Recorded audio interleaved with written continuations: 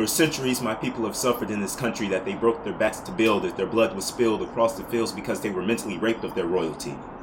Our heritage boasts so loud that others feared our knowledge. So they cased our brilliance and destroyed our homes, raped our women and increased our loans, burned down our businesses and then had the nerve to say that we were the ones with the lazy bones. And don't look at me crazy, because if you check the history, you can't tell me that I'm wrong. Black Wall Street was no accident. It was a deliberate and bloody tragedy. 1921, the story of Tulsa, Oklahoma, was a tragedy. The 16th Street Baptist Church bombing was a tragedy. Ferguson and Baltimore is a tragedy, and it's a travesty that we have done so piss poor in trying to reform our racist mentalities. Blame the victims for lashing out. There may have been an injustice, but just go to your corner and cry about. They say you're destroying your own communities, foolish buffoonery, because all of this property is worth more than the pain you have suffered because of all your continuing losses.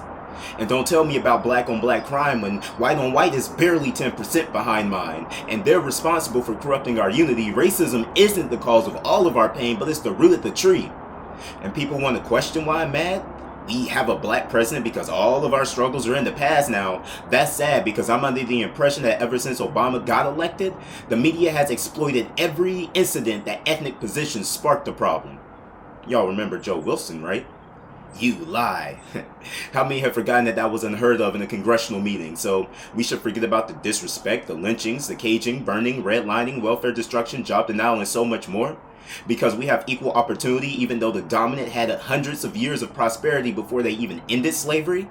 And after there was still Jim Crow, black holes, growing minorities, and poverty? Listen, Black lives matter, but our blood just gets splatters. Our country's headed to disaster, and it's because of the terrorists in our own land. And this, I just cannot stand.